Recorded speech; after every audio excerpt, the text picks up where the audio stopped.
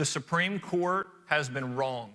There is no separation of church and state in the Constitution or Declaration of Independence. It doesn't exist. So we will bring God back to schools and prayer back in schools in Oklahoma, and we will fight back against that radical myth. Okay. Ooh, there's a lot there.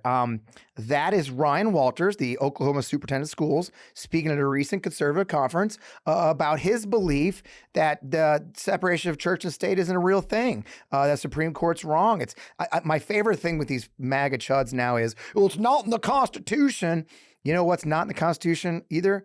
The word Christian, okay? They don't want to talk about that part, though. But they do want to talk about every other word they can possibly find that's not in there.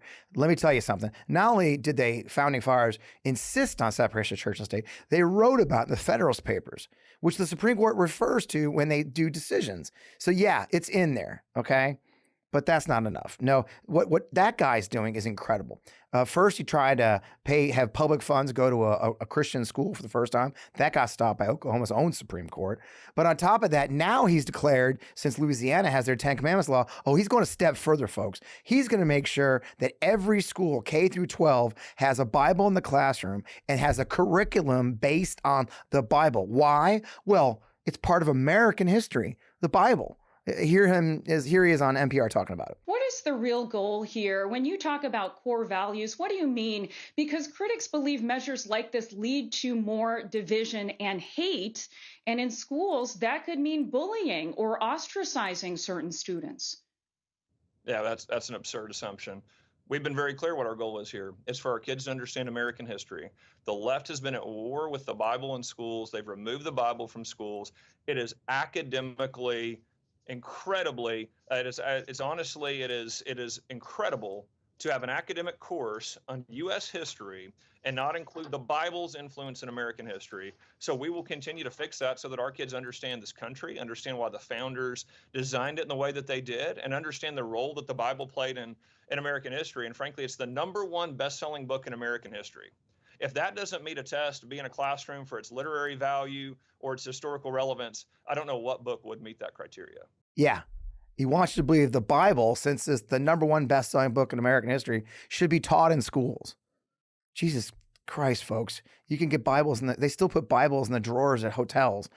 It's the #1 buying book in the world or best-selling book in America because they buy it in bulk, for God's sake. The insanity never ends. And that's Christian nationalism, which you've heard a lot. That's Project 2025, which you've heard a lot. I'm going to bang that drum till you're sick of hearing it. But you're not going to be, because we're going to keep going. And man, have I got the coolest guest this week to talk about it.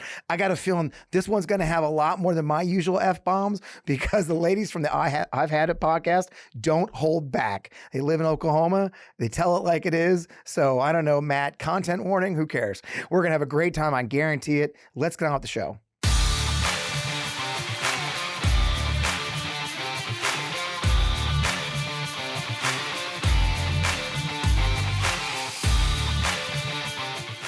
Oh, man, I tell you, we needed a break because the world's crazy right now. My voice is broken, like I told you in the intro.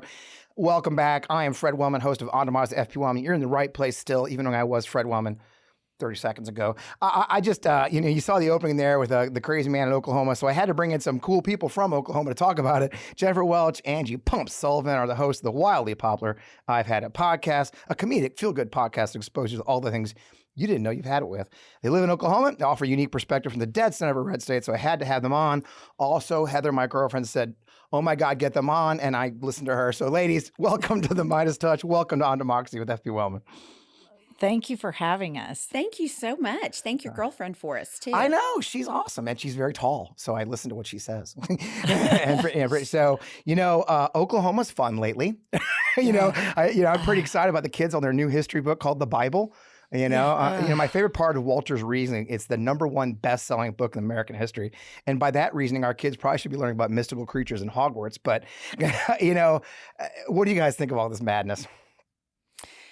Ryan Walters is this is what happens after a Trump presidency. This is the extension of the Trump presidency. All of these religious nuts, racist, homophobic religious nuts, feel empowered and emboldened. And when you come to a state like Oklahoma, where not one county went blue, the entire state went red. Wow.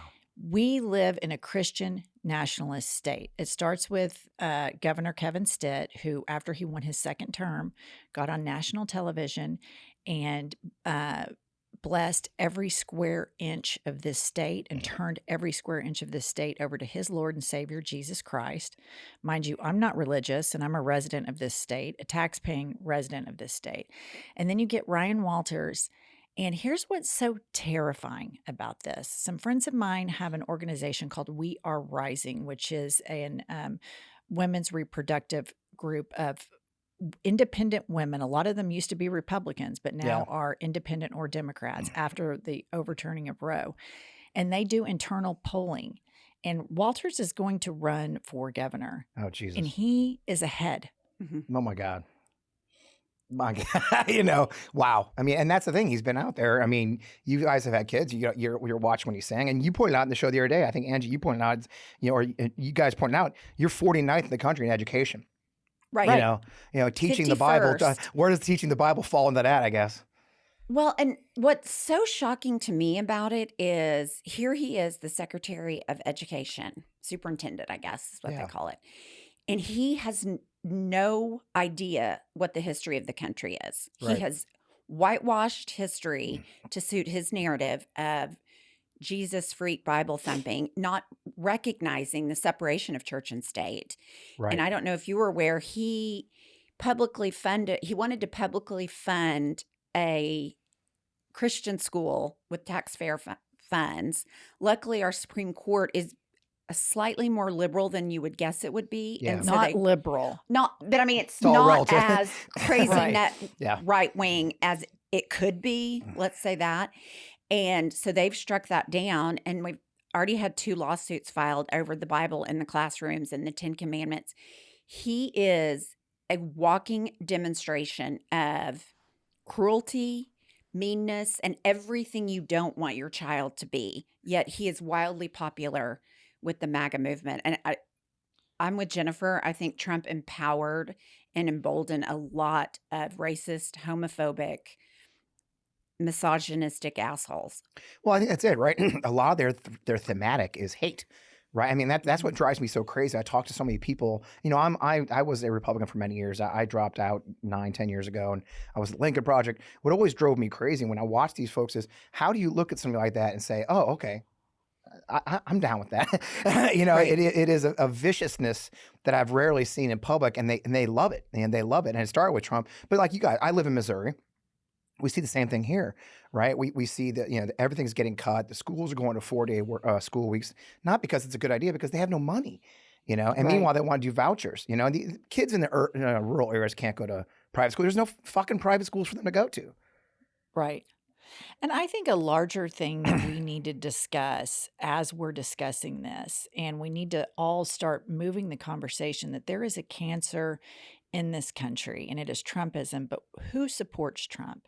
And it are these white Christian nationalist people. And at the root of that cancer is religious fundamentalism. Yeah. All of these mega churches that we see in the suburbs of big cities. Oklahoma City tends to be a little purple/bluish, but surrounding it, when you get the whole 1 million people in the area, there are these massive mega churches all around it, and people are getting indoctrinated into these binary choices that you can only be a male or a female. You can only marry, if you're a male, you can only marry a female.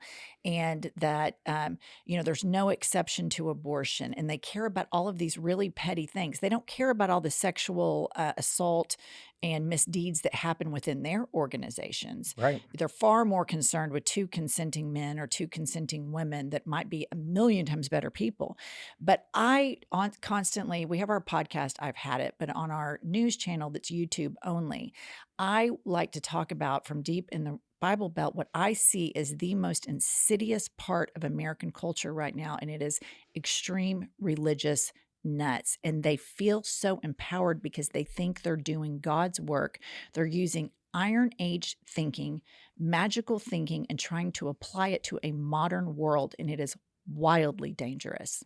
Yeah, we had a guest on a couple weeks ago, Heath Drusen, and he's doing a podcast right now with NPR, talking about that. He lives in Idaho, and a lot of this is based in Idaho. Moscow, Idaho, is where the Christ Church is, which is a guy named Doug Jones, who's one of the big preachers of this Christian nationalist movement, trying to turn their town into a Christian town. And he's been buying a lot. So we talk about a lot here in the show about Christian nationalism and how it underpins so much. And that's where a lot of it's flowing into Project 2025.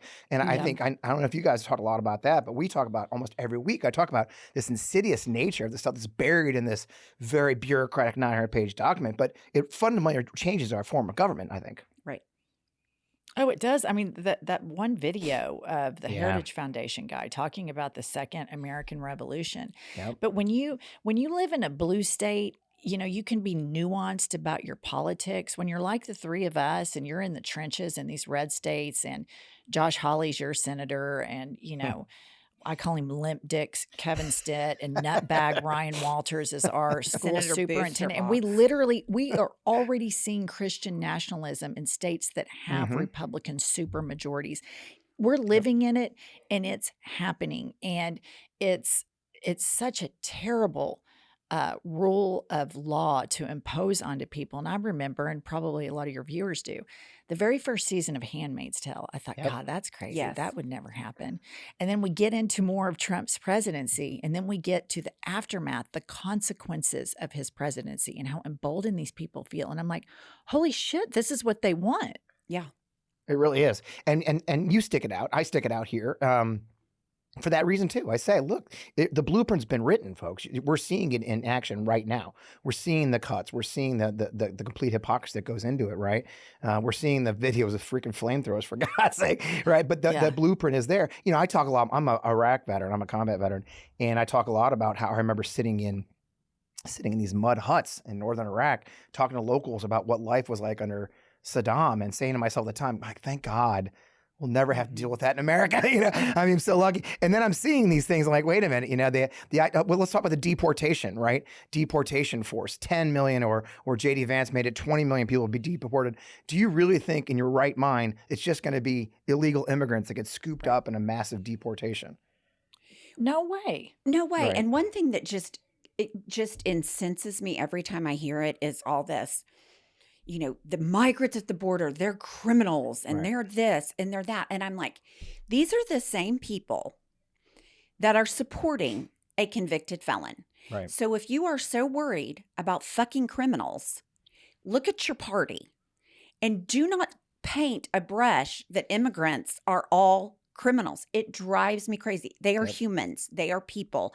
They want safety. They want love. They want an opportunity for education. They want employment. They are not some type of mythical creature. They are humans. And I think they've been dehumanized to such a degree that it's people that call themselves good Christian, that they want to help their neighbor. They've completely dehumanized them, that they don't need Yep. any empathy. It's shocking to me. One thing Trump did is he exposed these evangelicals and far right extreme Catholics, extreme Christians.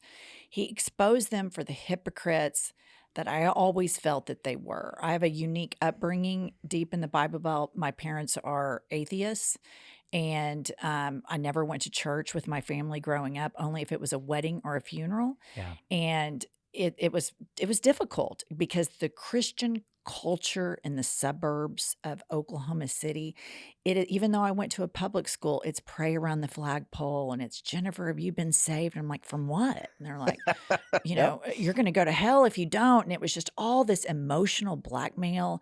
And as I went through it, I wanted to connect with them, but I never really bought into it because I wasn't indoctrinated to believe in magical thinking. Yeah. And I have some friends that have a basic understanding of a faith. They don't take the Bible literally, and it's a form of spirituality for them. And that's not what I'm talking about here.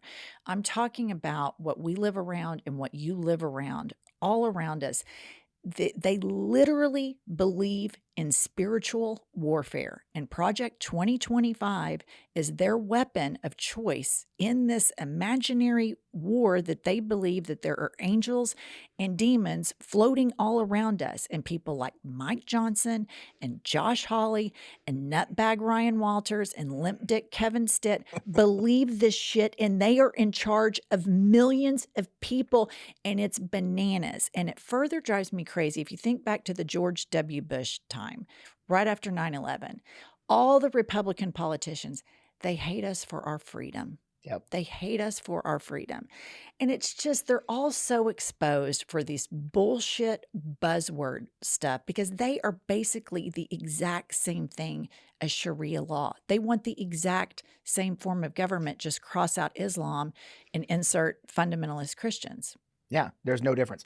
And what's scary is there is a real world impact. There's a real world impact we're seeing right now. Let's circle back to the abortion thing. I think an article just came out recently saying 65,000 women have been forced to carry pregnancies from rape in the 13 states with extreme anti-abortion bans since Dobbs. I mean, just think about that shocking number.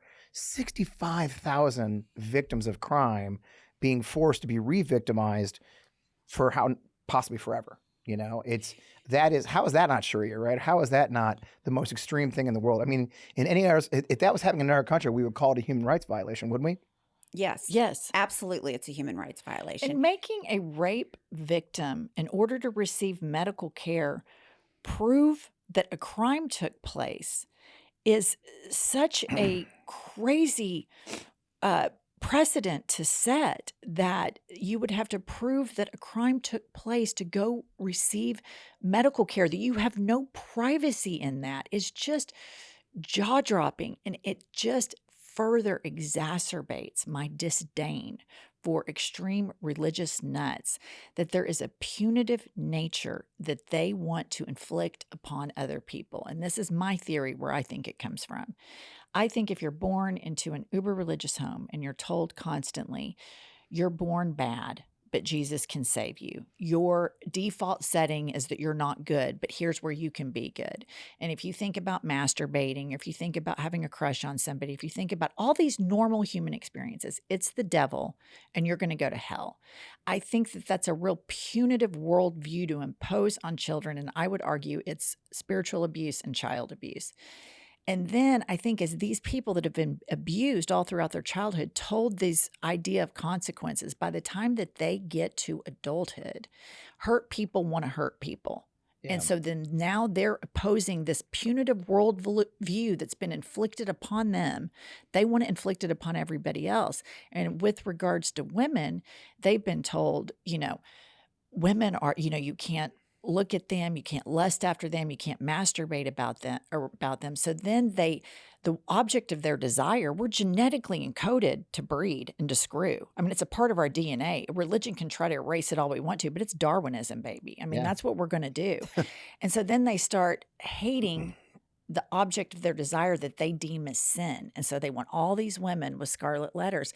And I think if we can get through this election cycle, there's a larger, massive impact that we as a nation have to start taxing these churches. These mega church pastors are just like Donald Trump. They're grifters. They're bullshit artists. They're con artists. They've got all these private planes. There's a pastor around here that runs around with your Senator Josh Hawley. Of course. And this pastor here is head of Life Church, and his name is Craig Groeschel, and I think it's the third largest church in the country. And here he is, but he hoodwinks. He's almost more insidious than the Joel Osteen because he tries to act like he's the cool pastor and he's not into all of this stuff. But underneath it is all the homophobia, all of the sexism, all of the desire to control women, and the whole just archaic concept that women are to submit to their husbands. It just leaves all of society vulnerable. Yeah, I agree. Angie, you don't seem that type to submit to husbands or submit to much of anything else. From what I've seen. No, I wasn't great at marriage. I failed that. I think that what really strikes me about the abortion issue is we have so many people saying, I'm pro-life. I'm pro-life. A baby is in a petri dish frozen. But yet when that child is born, there are 0 Republicans Right. that vote to allow that child to have lunch at school, Right. child care credits. I mean, there is no social safety net for these children that they are so pro-life for. And then you add on top of that, like even in all the crazy nuttery of 2025, there's nothing about gun control. No. There's nothing about keeping children safe in schools, Right. which is the #1 killer of children in this country. But nobody wants to talk about that because we're God and guns. Right. And it's like, if you are so pro fucking life, stop giving us your thoughts and prayers for these deaths. Yep. Give us some legislation to control, weapons of war. Give us a safety net for these children you're demanding to be born. I mean, I could lose my mind about it. Yep. I think you're absolutely right. I mean, I think that's the disconnect that drives me the craziest, right? Is that what we've got is a when we want everybody born, but you're on your fucking own after that, right? It's like Right. they expect you to be born with your own bootstraps to pull yourself up by, and I think there's an insidious nature to that that layers in this pro-religious stuff with what can only be described as greed, right? I mean, it is about well, I don't want them to have any money or like that. So this is a great place to take a break, and we'll come right back. We've got a lot to talk about. We got a lot of sponsors this week. I love it. So let's take a break and talk to our sponsors real quick. Nowadays, when I drink alcohol, I don't bounce back the next day like I used to. So, a lot of the time, in the last few years, I'd be the only person in the group not drinking, or I'll end up just skipping plans with friends altogether. And, frankly, that was until I found Z-Biotics, thanks to this show. Z-Biotics pre-alcohol probiotic is the world's first genetically engineered probiotic. It was invented by PhD scientists to tackle rough mornings after drinking. And let me explain here. Here's how it works, right? When you drink, alcohol gets converted into a toxic byproduct in your gut. It's this byproduct, not dehydration, that's to blame for your rough next day. Z-Biotics produces an enzyme to break this byproduct down.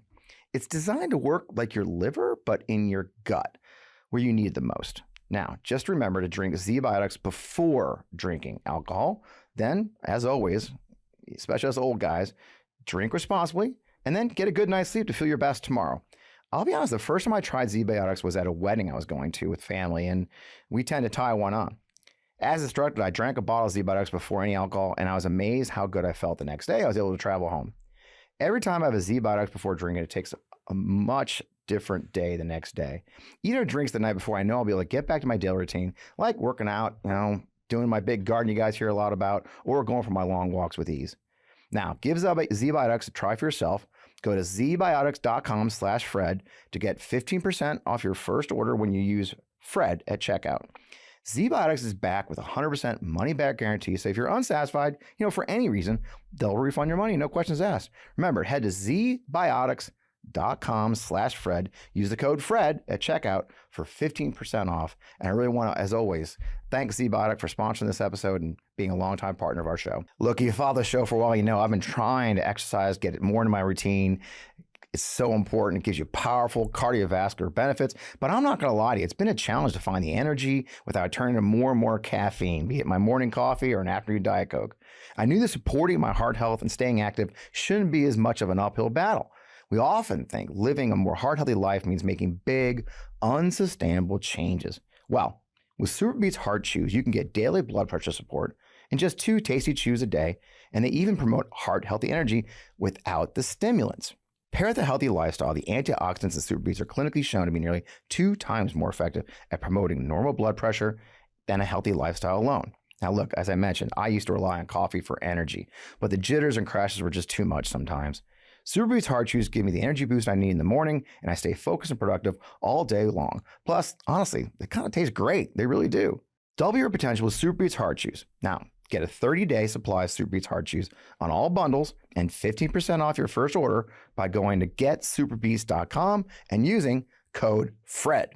That's getsuperbeets.com, code FRED. Thanks for sponsoring the show, Super Beets. We appreciate you. And we're back. So this has been my other favorite thing this week. I think you guys will appreciate this because you have a lot of LGBTQ guests like I do, and you listen to that community a lot.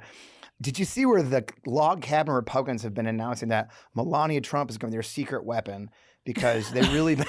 I know. I mean, I know. because she's self-made woman. Right. And she's stylish. And so they're convinced that just going to roll Melania out, and that's going to get I'm not shitting you guys. They literally said they expect to get 50% of the LGBTQ vote because of Melania Trump. What's your take on that one? I think that my take on this is what psychiatrists and psychologists refer to as delusions of grandeur. I believe it's a classic psychological case study. I mean, Melania Trump has been shunned in the entire gay world and fashion world.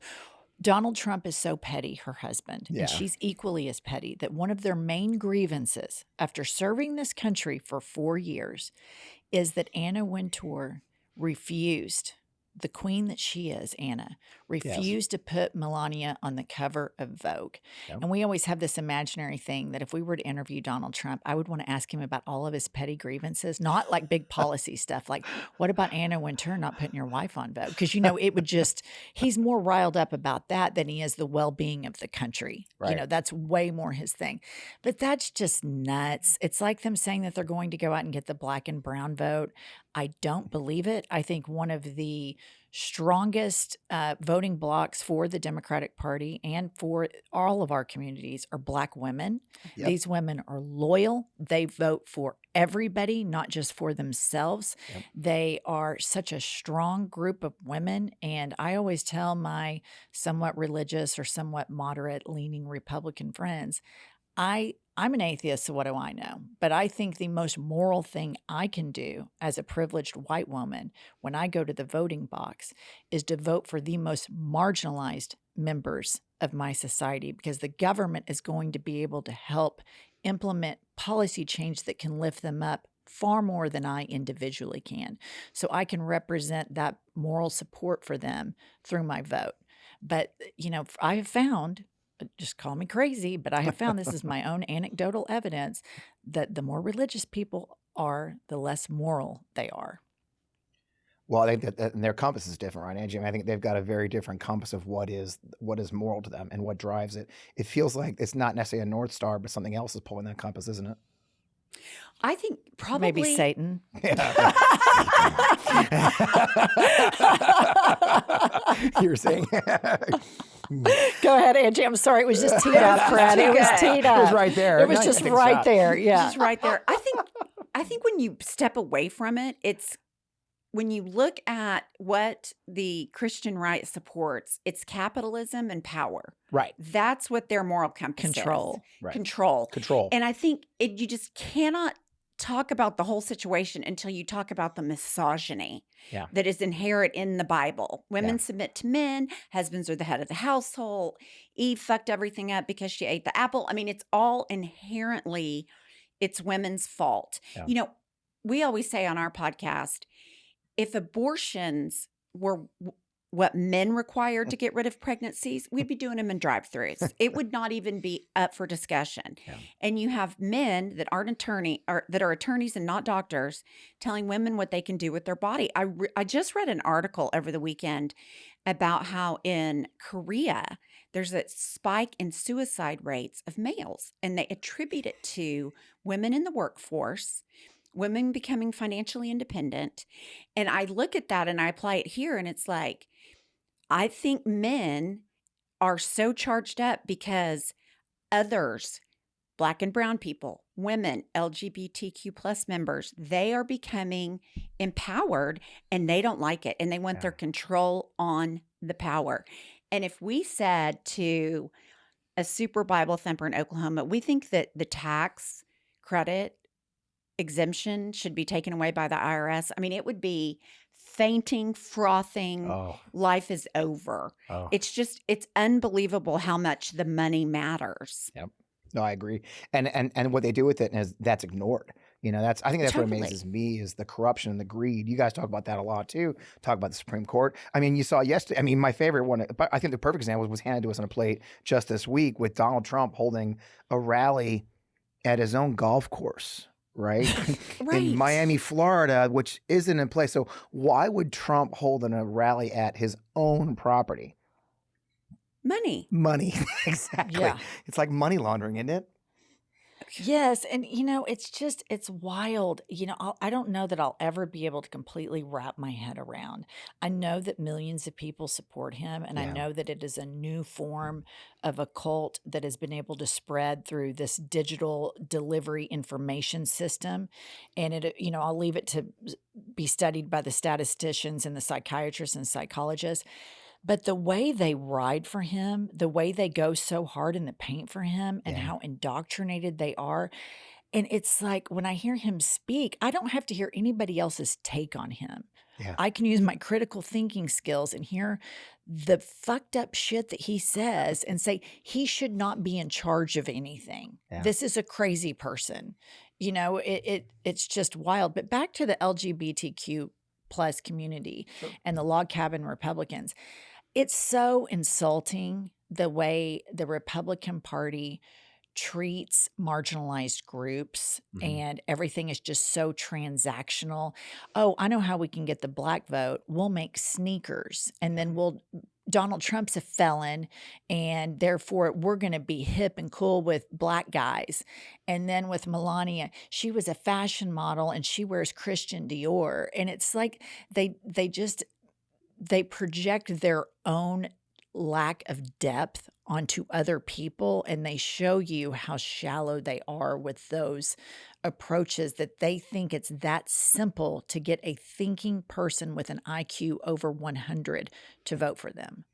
Yeah, and it is transparent though, isn't it? I mean, it's funny you say it, because I've literally written online a number of times, like, just listen to this, just watch this guy speak and think, is this who you really want to be with? Is this your guy? And I'm dumbfounded by it too, especially in the light of what's going on right now with the Biden insanity, right? It's like, oh, he can't talk. I mean, I watched a guy on a teleprompter this week, couldn't read the teleprompter, right? I mean, this is not an intelligent person. I mean, there's by no measure is he an intelligent person. Admitting he didn't know what NATO was to this day can't explain how NATO works in the sense of it's not a dues paying club like it's one of his shitty golf clubs, right? He still doesn't get that. It's like it does dumbfound you. And what really shocks you, and I know you guys experience this, I've seen you talk about it, is you're surrounded, like where you are, you still are in social circles in Oklahoma City. You guys are still, you're very well connected. You're people of privilege like me.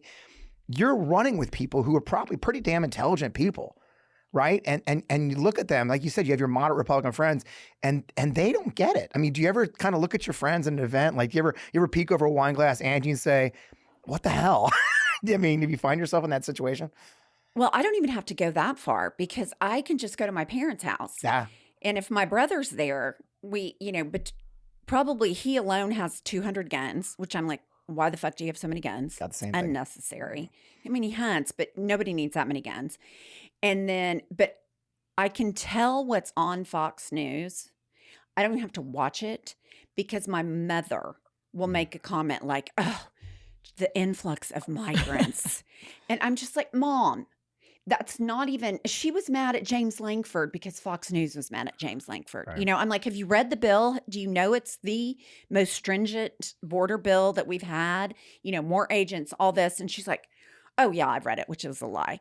But, and she's so worried about crime. I mean, this is a woman that has never, other than a speeding ticket, ever been remotely touched by crime. And she was the perpetrator in the speeding ticket. It's just, I attribute so much of the dumbed down effect to the propaganda that they do on Fox News, because these people believe it. Yeah. I mean, they believe that out every door is a recently released jail inmate from South America that's come to rape and pillage. And it's just like, look around you. Has that ever happened in your life? No, but they believe it. Right. I think there's a window and an opportunity here for Democrats. And if we can get everything sorted out before November, because what happened after Roe was overturned was something I had never seen in this state before. I would always go to these parties where a Democrat was running, and it's always the same 25 assholes, me being one of them, the few blue people, right, getting out our check to some loser who's going to lose at the ballot box, but by God, we were trying to be engaged citizens. So I get this text from a friend of mine. Our kids go to school together. very wealthy family. And I'd never talked politics with them before, and I just assumed that she was a Republican by virtue of geography and stereotyping and all the stuff and her income. She's hosting a meeting at her house and she said, please share this text with everybody. We're very concerned about Roe. I'm a mother to 3 girls. I thought there was going to be maybe 10 additional people to the aforementioned 25 blue assholes that I'd run around with in Oklahoma City all my life. And I walk in and there's 500 women in a living room in Oklahoma City whose husbands own oil and gas companies, whose, major donors. I'm talking people that are in the Forbes 500 list, and they are organized and they are upset. And we tried very, very hard to unseat Kevin Stitt as the governor, and we turned Oklahoma County blue. We had a female candidate on the Democratic side, and that was a first in a long time. And women mobilized, and you can get moderate Republicans and you can get independent thinkers that can vote against their financial interest. It exists, and that a lot of people are not completely brainwashed. And I do think there are a lot of women that will vote differently than their husbands at the ballot box. But the Democrats have got to get their shit together, because the only way we can defeat this is like what you see the UK just did and what you see France just did, is a resounding large electoral and popular vote victory. And then we can all sit here like this and say, we're not doing this, you cuckoo for Cocoa Puff, control freak, religious nut job, Bible thumping rubes. I've had it. Yeah. And that's just, I think it's possible, but we have to have someone that excites us.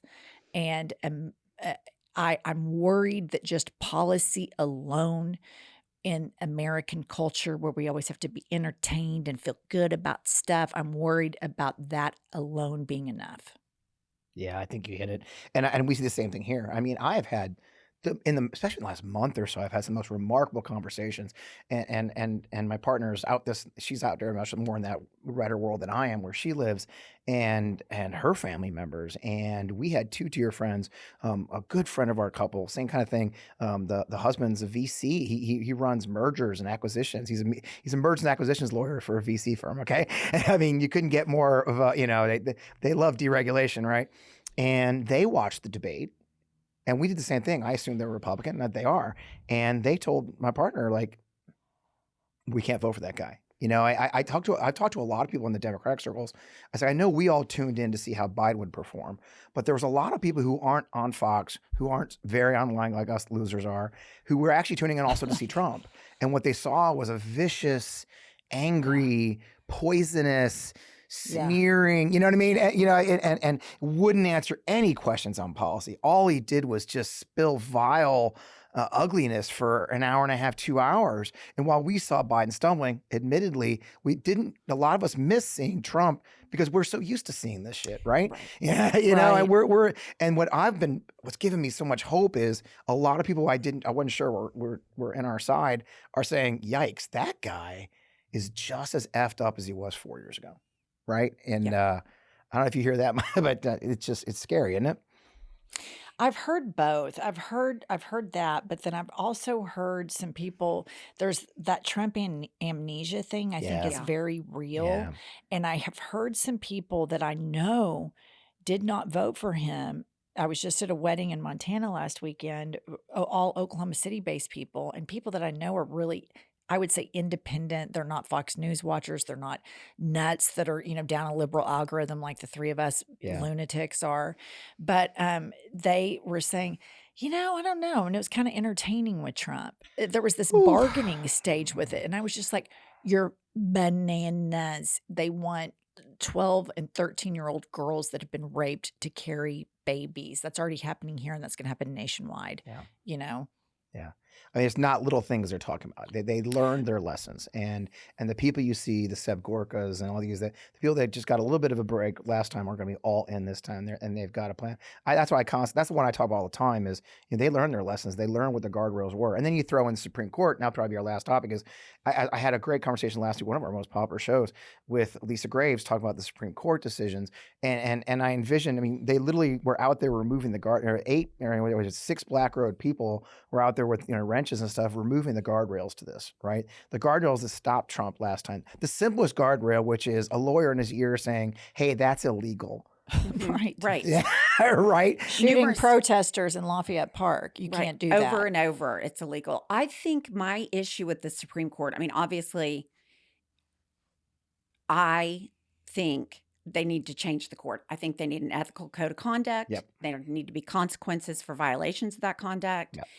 I do honestly think that the Supreme Court can work. I mean, I'm a lawyer, so I believe in the Supreme Court. I don't always like what they do, but I think this Supreme Court is compromised. Yeah. And unlike the Republicans that are saying, let's have a bloodbath and all that, I'm saying we need to enact regulations, term limits, a code of ethics, because the first two people that need to be gone are Clarence Thomas, whose wife participated actively in a coup, right, and then Alito, who's just a fucking nut with his wife. I mean, he's not going to impose on his wife's ability to fly an insurrectionist flag, but he wants to control 180 women's body. Yep. Fuck you. Yep. They both need to be gone based on conflict of interest reasons. Yep. But we don't have any way to do that. I think John Roberts is despicable. I mean, he has no spine. I thought maybe he was just a pussy, but now I think he's in on it. Yeah. He's all in on this. He just dresses it up prettier.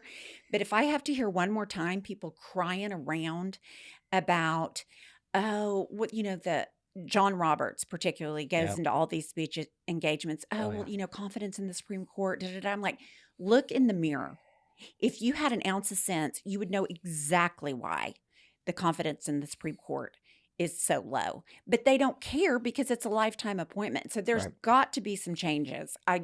It can't just be like, to this point, I have a lot of issues with Amy Coney Barrett politically, what she believes in, but I have not seen that she has done anything to be the subject of an ethics conflict of interest investigation and to be removed. Right.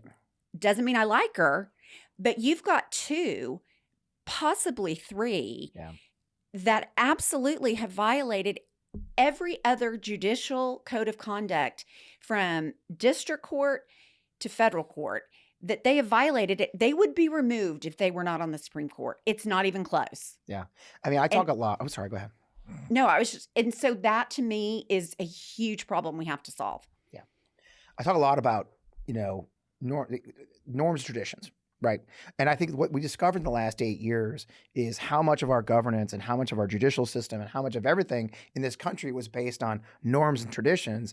And I think the people who are, and by the way, Mr. Biden's one of those guys who's all passionate about norms and traditions. What we discovered is that if someone comes down that escalator, doesn't give a flying shit about norms or traditions, they have free reign to do all kinds of stuff. And I think that's empowered. And that's where you see Roberts, and they figured out that there is no consequence. That all it was we always did it that way. When you get people who are like, who fucking cares about how we did it? This is what we end up with, right? There was no rules, there's no laws, and I do get frustrated. If I was going to pick something that has driven me crazy in the last 3 years of the Biden administration and others, is they didn't say, holy shit, the norms traditions didn't work. We should strengthen the laws. Right? We should pass an actual ethics regulation law, actual laws, instead of hoping. And here we are 3 years later, and you're right. Thomas does what he wants. Leo does what he wants. Robert, it's just, I think if we change anything, we're going to have to really sit down and say, the founding fathers never anticipated that we would have people with absolutely no ethics whatsoever attain power with no checks and balances on them at all. I agree. Here's what infuriates me about the Democrats, because if you go back to 2000, Bush v. Gore, we ended up getting a lot of people disenfranchised by the Supreme Court.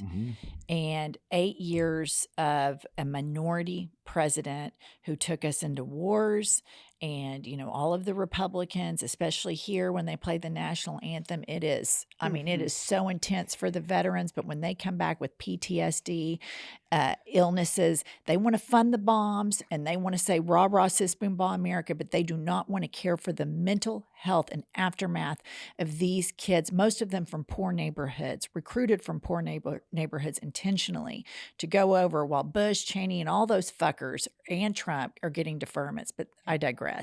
What pisses me off about that is after that, then Obama gets in and we've got blue president and House of Congress. We did nothing about the Supreme Court. Right. We did nothing about the Electoral College. And Right. had that happened to the Republicans, that would have been fixed because they are ambitious about their desire to get power. And until Democrats are equally as ambitious to form a just place and fix things immediately when they can, instead of worrying about the optics and what's that going to do to the, to the woman that lives in Oklahoma City that's in water. You know what? She'll be just fine because our policies serve the population at large much better than these crazy ass Republican laws. And they actually support the troops more. They support women more. They support children more. They support education more. All of the stuff across the board.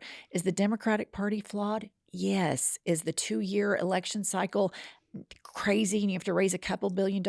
Bananas. But we're never going to be able to get there until the Democrats really start delivering bold and robust messages the way the Republicans have just told us. This is what we want, you little ladies, and this is what we're going to do. And until we start saying this is what we want a accountability board and a code of ethics for the Supreme Court. We're done with the Electoral College. That's dated, dilapidated, aged in this globalized world.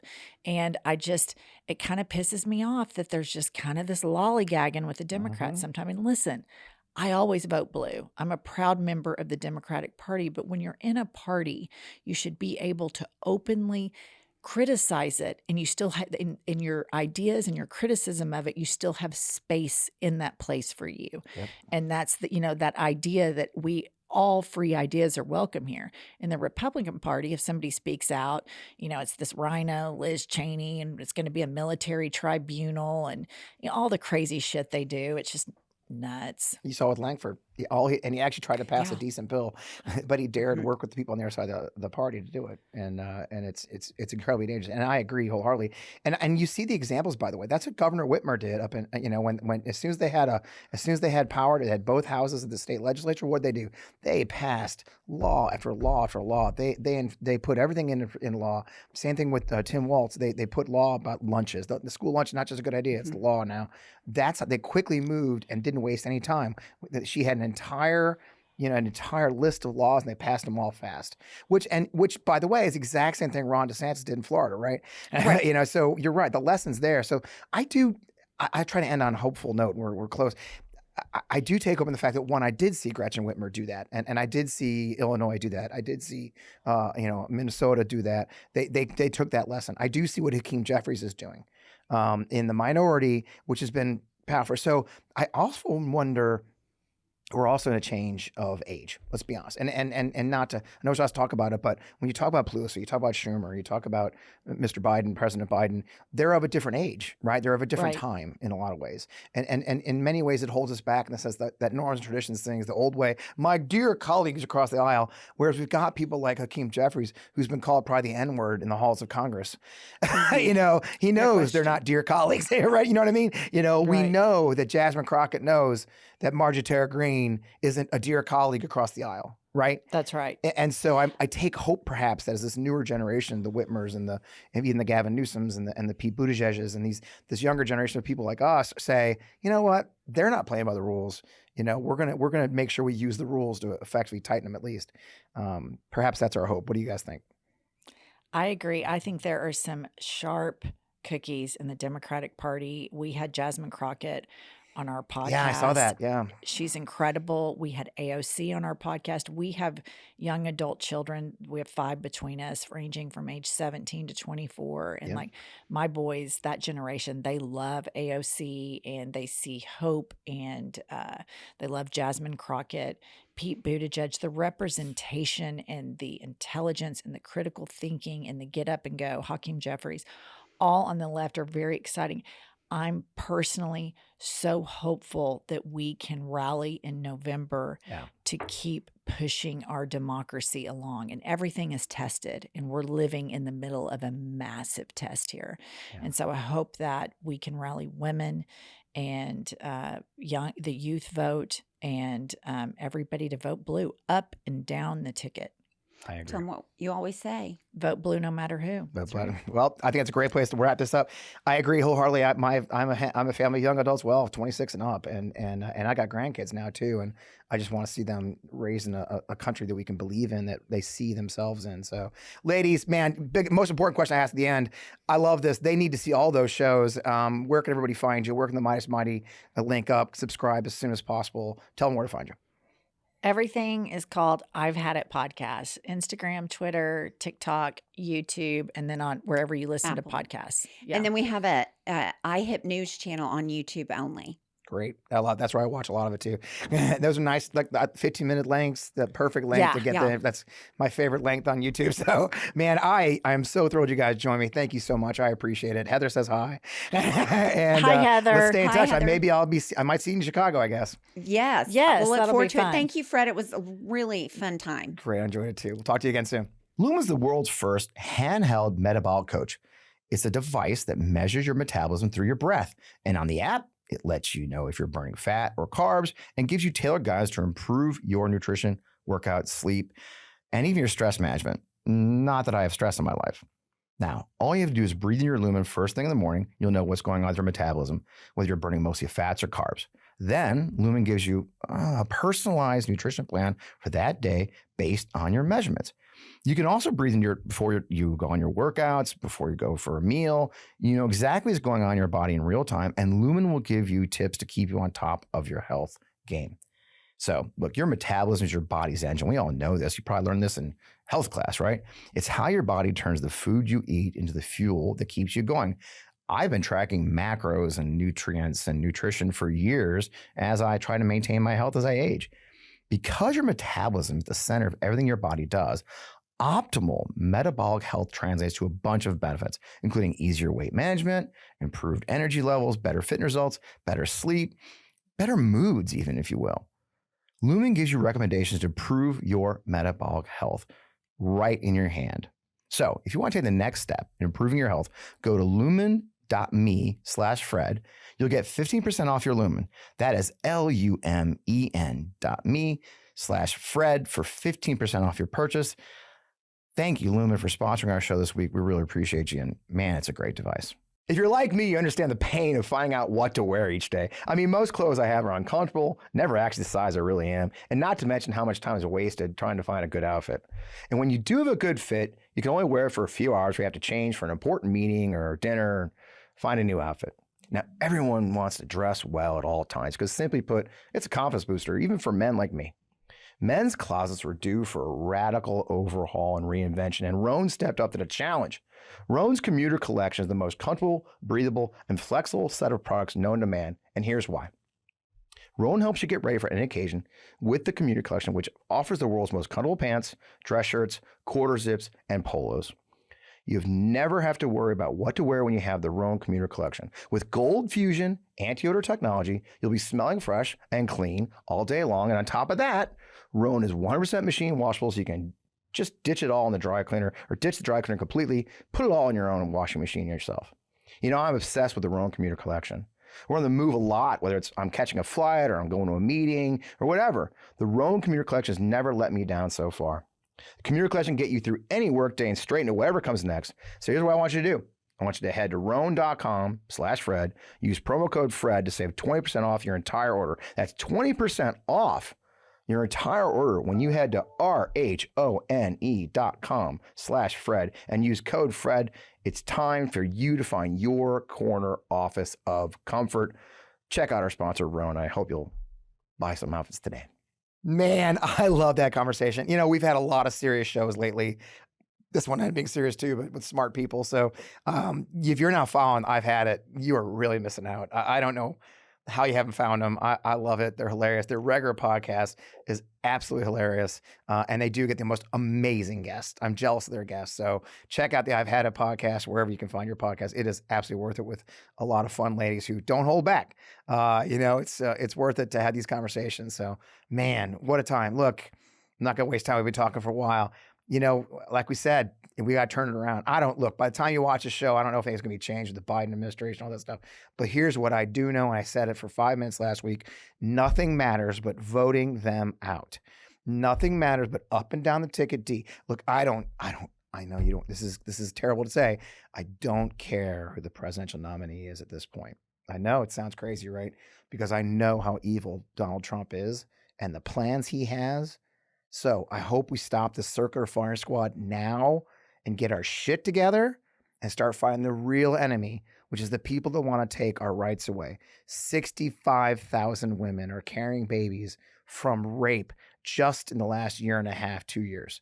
65,000 women are unable to terminate the pregnancy of a rapist. Imagine that going national. We are turning our country back to the Iron Age, as Jennifer put it. Enough's enough. With that, keep up the fight. We'll see you next week.